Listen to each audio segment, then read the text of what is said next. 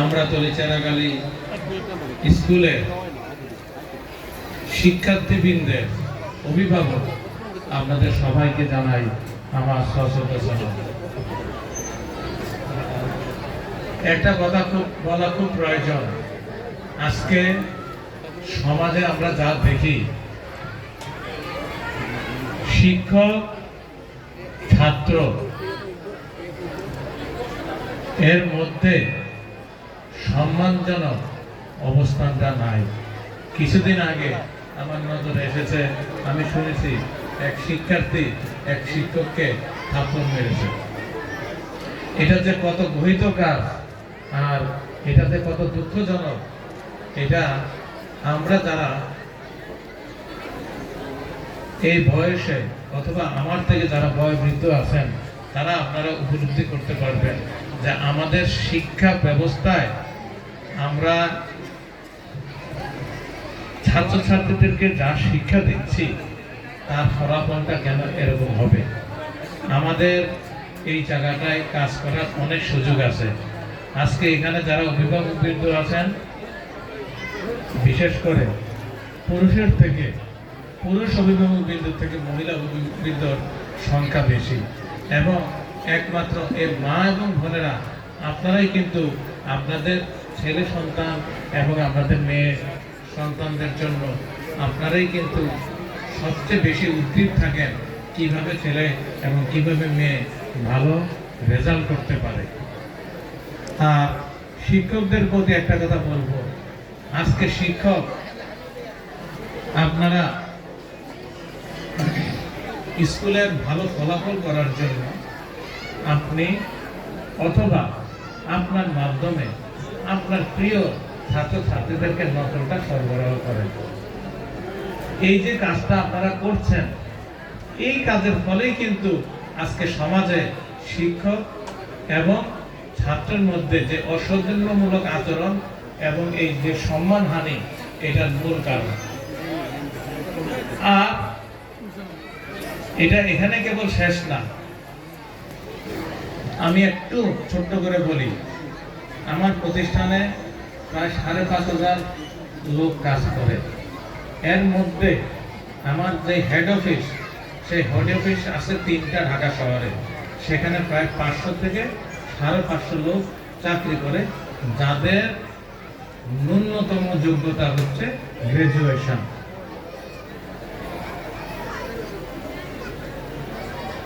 এর মধ্যে দেখা যায় যে আমরা কাজ করি মাত্র 20 থেকে 25 জন, আর কিন্তু এই 550 লোক তারা শুধু ফলোয়ার। তারা সেইভাবে তাদের লিডারশিপ নাই, তাদের ভিশন নাই, তারা কাজ করতে পারে না। এটা হচ্ছে এখনকার অবস্থা। আর যেভাবে নাকি লেখাপড়া চলছে আর শিক্ষকরা যেভাবে নাকি শিক্ষাদান করছেন, আমি হলফ করে বলতে পারি আগামী 5-7 বছর এই দেশের লেখাপড়ার মানে কোনো ছাত্রছাত্রী লিডারশিপ দেওয়ার ক্যাপাবিলিটি থাকবে না। তারা চাকরির ক্ষেত্রে পিছিয়ে থাকবে। আমি খোলা চোখে দেখতেছি যে আমাদের দেশে ইন্ডিয়ান এবং শ্রীলঙ্কানরা যারা উচ্চ পদে আমাদের লোক বল দরকার, সেখানে তারা চাকরি করবে। এটা আমাদের জন্য লজ্জাজনক। আজকে নতুন কারিকুলাম আসছে, আপনারা শিক্ষক বিন্দু এই কারিকুলাম আপনারা আত্মস্থ করবেন, এবং আত্মস্থ না করতে পারলে যেভাবে ছেলে মেয়েরা টিউশনি করে সেভাবে আপনারা আপনাদেরকে বলবেন, যাতে নাকি ছেলে মেয়েদেরকে আপনারা শিক্ষা দিতে পারেন।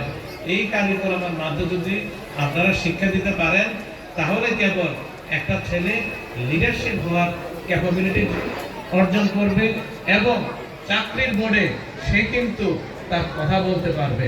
আজকে চাকরির বোর্ডে আমরা দেখি অনেক ভালো ভালো ছাত্র, সার্টিফিকেট দেখছে ভালো ভালো ছাত্র, দেখি যে ঘুমের থেকে উঠে আসছে, ঘুম ভাঙে নাই এখনো। কারণ মা বাবা এমন ভাবে আগলায় রাখছে তার ছেলে মেয়েকে, ভালো রেজাল্ট তো করে কিন্তু সে এক্সট্রোভার্ট না, আজকে যদি এক্সট্রোভার্ট না হয় তাহলে সে কিভাবে লিডারশিপ দিবে, কিভাবে ভালো কাজ করবে। এই জন্য আমি মা বোনদেরকে বলছি, আপনারা আপনাদের ছেলে মেয়েদেরকে প্রতি যত্ন নেন। আর অভিভাবকদেরকে বলছি, আপনারা দয়া করে এই কাজটা আপনারা 5 ওয়াক্ত নামাজ পড়েন, যারা ইমানি দায়িত্ব থেকে করেন আপনারা, কারণ আপনারা এই কাজের জন্য সরকারের থেকে বেতন পান। এই বেতনটা আপনারা হালাল করবেন। এই যে বৈষম্য, এই বৈষম্য থেকে আমাদেরকে বেরিয়ে আসতে হবে। একে যদি মানুষ করতে হয়, শুধু সার্টিফিকেট বেস মানুষ করলে হবে না। সার্টিফিকেট পাবে কিন্তু চাকরি পাবে না, কর্ম পাবে না। সেই জন্য আমি মনে করি, আপনারা যারা অভিভাবক আছেন, আপনারা জানেন আপনার ছেলে মেয়েটা কতটুকু ভালো রেজাল্ট করতে পারে। যারা ভালো রেজাল্ট করতে পারবে মনে করেন, তাদেরকে এই ধরনের শিক্ষা প্রতিষ্ঠানে পাঠাবেন। আর যাদেরকে মনে করেন যে দুর্বল, তাদেরকে কারিগরি শিক্ষায় শিক্ষিত করেন, তাহলেও কেবল তারা জীবিকা নির্বাহ করতে পারবে। আর এই ধরনের সার্টিফিকেট নিয়ে কোথাও চাকরি পাবে না। এই কথাগুলো আমি আপনাদেরকে বলতেছি আমার 32 বছরের বাস্তব অভিজ্ঞতা থেকে। আমি আমার প্রতিষ্ঠানে, আমার গ্রুপে, আমার সমকক্ষ লোক পাচ্ছি না। বয়স বাড়ছে, কোম্পানি এক্সপানশন দরকার, কোম্পানিটাকে টিকিয়ে রাখা দরকার 5,000 5,500 লোককে টিকিয়ে রাখার জন্য। আমি এখন খুঁজতেছি শ্রীলঙ্কান ইন্ডিয়ান লোকের পিছনে। আমি অ্যাডভার্টাইজ দিচ্ছি যে ওই ধরনের মেধাবী লোক যাতে পাওয়া যায়, কারণ আমি গত 2 বছর চেষ্টা করতেছি যে ওই ধরনের মেধাবী লোক আমি পাচ্ছি না।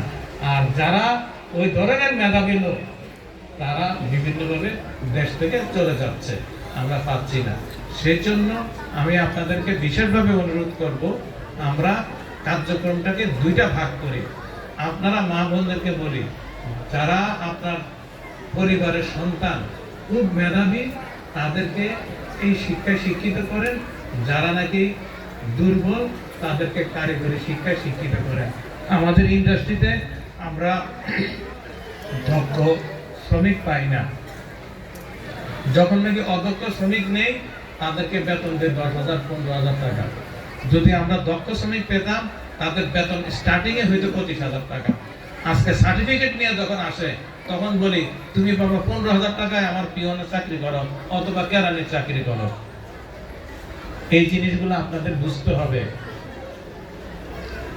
আশা করি এখানে যারা নাকি ছেলে মেয়েরা আছেন, যারা সবাই শিক্ষিত, লেখাপড়া করছে, আমি যে কথাগুলো বলছি তারা অবশ্যই বুঝতেছে।